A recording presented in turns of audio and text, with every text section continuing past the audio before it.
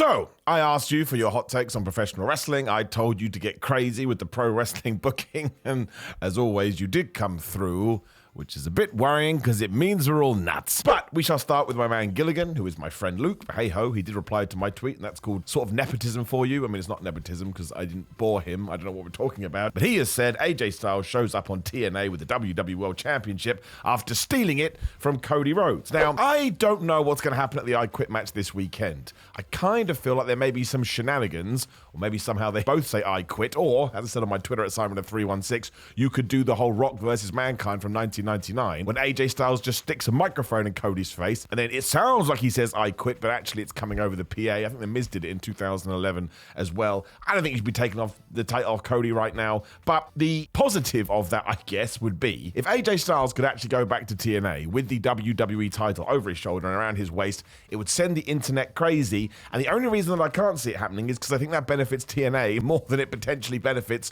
WWE. And let's just face it, in that relationship, which they clearly do have, it's always going to be in favor of WWE because they're the bigger fish in the pond. But I love the idea. And what I do hope happens is a bunch of NXT guys do go to TNA. I mean, Brooks Jensen could absolutely be one. He is teasing that hugely. You have to imagine that Roxanne Perez could get some revenge. I mean, Tatum Paxley stole Jordynne Grace's Knockouts division title during the NXT event last night. So that's something we can do as well. And according to the reports that are out there, people want to work with Josh Alexander, people want to work with Leon Slater, and actually, just going off on a massive tangent, how I think this probably does end is the likes of Leon Slater, Jordynne Grace, and Josh Alexander ending up in the NXT system somehow. But look, if it does benefit TNA, that is good for pro wrestling, because unless you're an absolutely crazy person, you shouldn't want any company to die. Why would you want that? What do you get from that? Even if you don't like it, so what? Just turn off the television. It's not hard. Watch. You can do it like this, but it still won't work. This is a phone. So ultimately, no, I don't think AJ Styles is going to win the championship. Although, again, I think there could be shenanigans, so we do a third match at Money in the Bank, because I forgot that comes before SummerSlam, or bang in the middle of these two things. And I can't imagine anyone of AJ Styles' stock with the title going to TNA. Now, given AJ's relationship with that company and that he is said multiple times he's not at retirement yet, but he's heading that direction. Could I see him doing something over there? Absolutely. And that would probably be the biggest guy that they did get. And that would be nice because it would be a bit of a handshake deal. But no, I can't see this happening. But I love the idea. I think it would be brilliant. Sadly, that's just not how wrestling works. And the DDT King weighs in as well. He's a wrestler too. Both these guys are wrestlers that I certainly enjoy the company of. And listen, RJ Singh, which is his wrestling name, and probably his real name as far as I know, he obviously, given his online name, or his Twitter name, whatever we're going to call it, likes the DDT, and his hot take is the DDT is a finish. Now, it certainly is for him. Wider wrestling world, it is certainly not anymore, just because we headed in a certain direction. Now, I think we could bring back the DDT as a finish. You know, Bobby Lashley got a chokehold, not a choke, whatever the sleeper is called. You know, the hurt lock. There you go. I can't remember. It's cool. That's a full Nelson. He took a basic move and he got it over. And Paul Heyman has talked about this 1,000 times. You can get anything over. You just have to be patient with it. And you just have to teach your audience this is something that you should be afraid of. And obviously, you have to win matches with it too. So the DDT could come back. And as long as you could sell it like, oh my gosh, it's so devastating, they dropped that guy right on his head, it would be successful. I think the issue being it could probably only be one person. Back in the day, anybody hit a DDT, especially somebody like Jake Roberts, you knew it was done. In this era, you're probably going to have to give that as a quote-unquote gimmick to somebody. But it would be nice if it did happen. Obviously, the other problem then being other people hit DDTs and it doesn't get the 3, but that's when the guy doing the DDT has to say, yes, but I have perfected the DDT. I am the greatest person ever when it comes to doing the DDT. And we got a long one here from Draco, so we'll get into it. I'll get my phone up. And this really is going down a Reddit squared circle line of thinking. It's just a bit crazy, but I like it. Based on Maxxine Dupri's gear from a couple of weeks ago, eagle-eyed, her name on the gear was reminiscent of the Damage Control logo. Late in the episode, they had the Battle Royal, which featured Maxxine showing a little aggressiveness. What if, in the absence of Oscar and Io losing it, Dakota tries to recruit Maxxine to help her be more what Chad Gable wants her to be? Now, the last bit I can't see happening. I suppose you could have some kind of affiliation between the Alpha Academy and Damage Control, but I think it gets a bit wishy-washy. If the Alpha Academy are going to break up, or Chad Gable's going to go with the Creed, which I presume that he will do, you absolutely could that. The only problem, I think, being I don't think it's going to be an easy task to get Maxxine booed. I think she's a natural babyface, and she's very good at eliciting sympathy, mostly because a lot of people are horrible to her on the internet, and therefore I go, well, that's not nice, so I want to cheer her on. But listen, I'm up for any kind of story ideas. I think that if we don't try these things, we'll never know, as long as we keep the book open to change direction if it doesn't work. So I think you may have read into some stuff there, but I love that you have. It's one of the fun things about professional wrestling. But a brand new Damage Control with Maxxine Dupri in it, I'm not totally against, but very sadly on the Miller-mometer, which is not a thing, I just made it up. I can't see this happening. And I would imagine, yeah, once Maxxine and Otis and Tozawa do leave Chad Gable, they will become a mini unit of their own. And listen, I love Maxxine Dupri. She works her ass off. And some people go, oh man, she's so green. She's got no experience. Well, we know that already. And do you know who else knows that? Maxxine Dupri. So I just like seeing her smash it on a big stage. And sometimes it's going to work, and sometimes it's not going to work. But it's better than my life. I'm just sat here talking, she out there running the world. And we move on to Brandon, who says, let's run the invasion angle back, except this time it's TNA versus WWE. Let's absolutely not do that, because again, not trying to be horrible here, but WWE absolutely thinks they're bigger than TNA, and they absolutely probably see TNA as less as what WCW was back in 2001, so it won't be an invasion angle, it will be a destruction. And also, what I kind of get the feeling is here, and again, complete speculation on my part, I think this is more to bolster up TNA and to bolster up NXT. I think WWE has decided, oh my gosh, if we do work together, maybe we can get the NXT ratings closer to the Dynamite ratings, which has happened in the last couple of weeks. So the invasion would be between those two. And the fact that Jordynne Grace lost last night at the pay-per-view premium live event kind of sums up in which direction this will go in. Although I do think we'll return the favor with people like Tatum Paxley, etc. But no, I wouldn't do a full-blown invasion angle. Firstly, where does it end? Like, what is the end point to all of this? Because the two companies are going to exist as separate entities. And two, it only works if everyone is willing to draw a line down the middle, 50-50, and that's not going to happen. And I had to go through it in 2001. I mean, the benefit this time is that you would have all the stars to a certain degree, because we already know who these stars are as established acts. And obviously back in the turn of the century, there was no Goldberg, no Kevin Nash, no Hulk Hogan, no Scott Hall. And that really did put a downer on it. So no, I don't really want to see this. I'm done with invasion angles. I don't think it would actually be a benefit to everybody, and really a bunch of TNA people are just going to get squashed, no thanks. When we move on to the Tempest, who says, in today's day and age, a ladder match being announced for a show actually makes me less excited. I think the industry needs a collective break from them. Yes, I think that's fair. I think it's the law of diminishing returns, and obviously if you're an old school watcher, you'd be lucky to get one ladder match a year on a big stage, whereas now you'll probably get, what, one or two at least every other month, I would say. I'd say at least one a month on average if you went through it. And of course, once you've seen something that many times, it's not exciting as it once was. Now, I don't like to be too disparaging here, because every single time we have a ladder match, these wrestlers just put themselves through hell, like the bump the Lash Legend took last night, when everybody in the damn match picked her up and threw her onto a ladder bridge. She bumped off that thing, man, so it must utterly suck. But no, I agree with you. It's like why the Royal Rumble is so exciting. If all of a sudden we were doing Royal Rumbles all the time, nobody would be that excited for the January pay-per-view premium live event, because once again, we would have seen it too much. So yes, I absolutely think we could back off with ladder matches. I don't think every time you have a brand new championship, you have to have a ladder match. Again, it happened with the NXT mid-tier women's title, if that's what we're calling it. And it's going to happen in AEW with the TNT championship. All these things usually lead to ladder matches. So yeah, I would put it on the shelf for a while. It doesn't make me less excited for a show, because I think the modern day professional wrestler is really good at it, but it lacks the allure that it once had. And obviously by that point too, you react less to the big moves because you go in expecting them.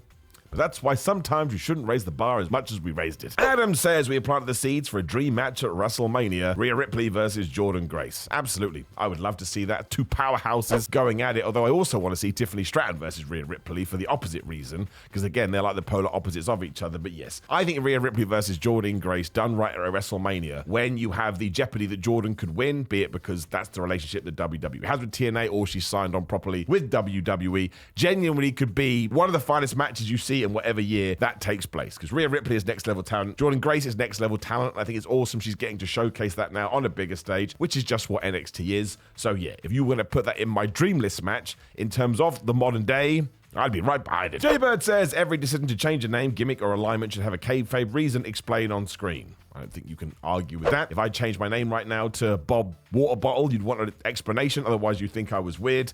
And alignments and change of gimmicks, as you say. I mean, I struggle with that a little bit. Although, to be fair, I was going to bring up Timeless Toni Storm. She did have a reason, right? She lost her championship and she fell out with her friends. So she went totally crazy. So I think we did establish that. And somebody like Drew McIntyre turning, he absolutely established it, talking about the Bloodline and Jey Uso and the way the fans had treated him. I'm just trying to think of somebody, even Chris Statlander and Stokely, when they changed, they were like, well, Willow kept mugging us off, so we didn't like that either. But no, I think that it's lazy just to have somebody change without an explanation, especially because it's wrestling, and the explanation can be anything. It can be a wizard touched me, and I turned into this magical character, and that should be fine, because it's wrestling. I need the goofy stuff in my life. But yeah, if something just happens from nowhere, you are going to invest in it less, because you have no emotional reason to do so otherwise. Again, I've just explained it right now. If I'm Bob Water Bottle, and also I tell you this amazing story about how I've married a water bottle, one, I'm absolutely going to get less views on my videos, because what the hell happened to that guy? But two, at least you can understand, and when you go to bed at night, you can say to your other half, yeah, I'm not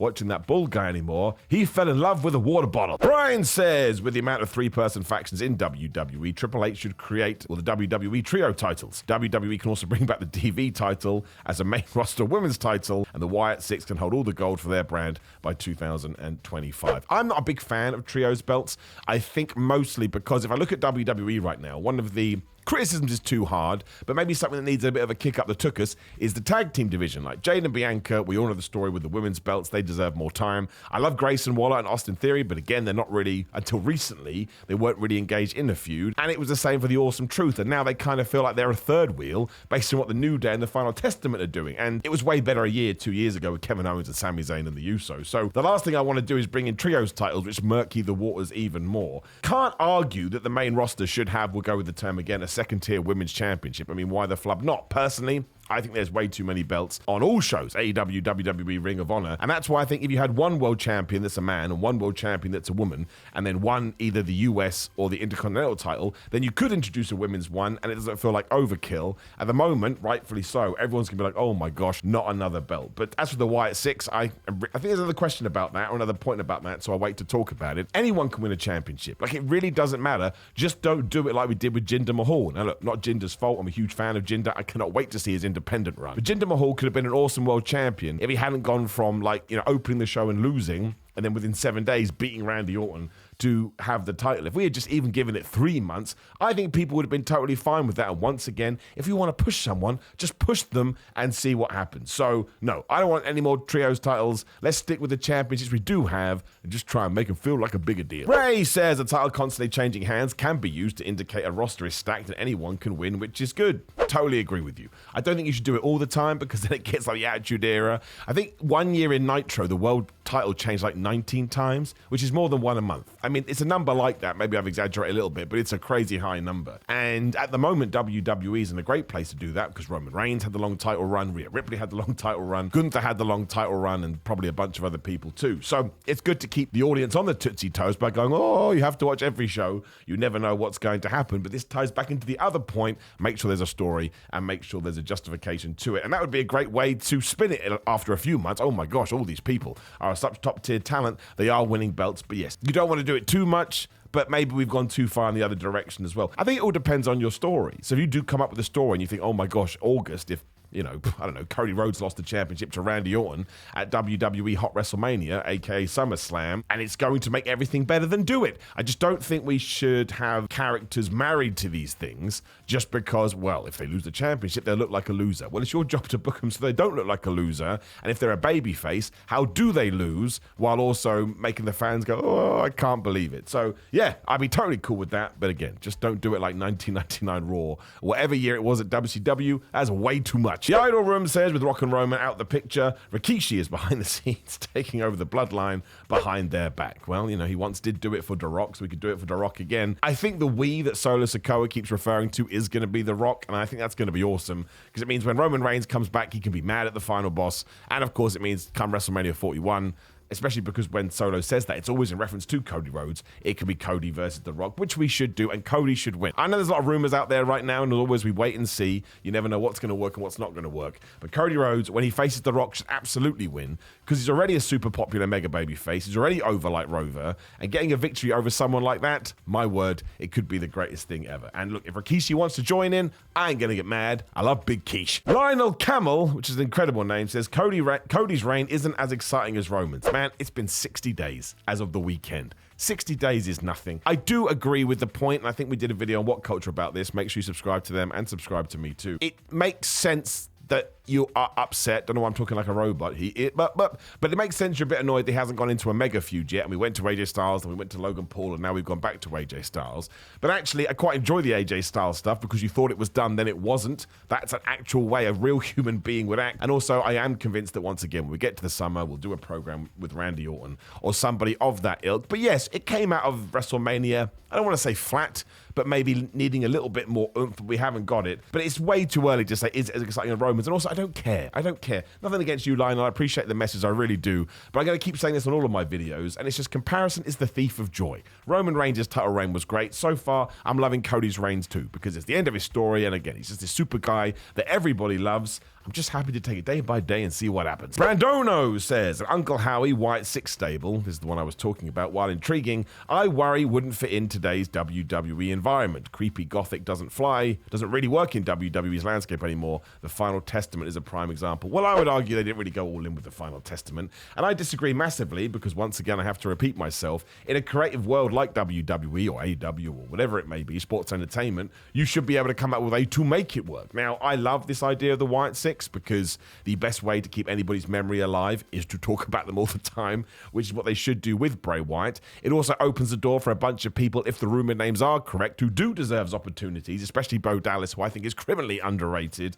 And it doesn't mean they have to be super spooky wooky, but WWE should be able to figure this out. Again, we did it with Kane, we did it with The Undertaker, we did it with Bray Wyatt, we did it with The Fiend. There are worries that come along with it for sure, but I believe as long as this gets treated with the right respect and with the right ideas behind it, it will be really fun. Again, I don't need everything super serious. I don't even need everything goofy. Not everything can be comedy. Not everything can be, oh, I'm going to kick your ass. You need to offer me a little bit of everything, especially because wrestling never ends. So I'm very excited about this, and I think once more, with the right brains put together, it should be pretty fun.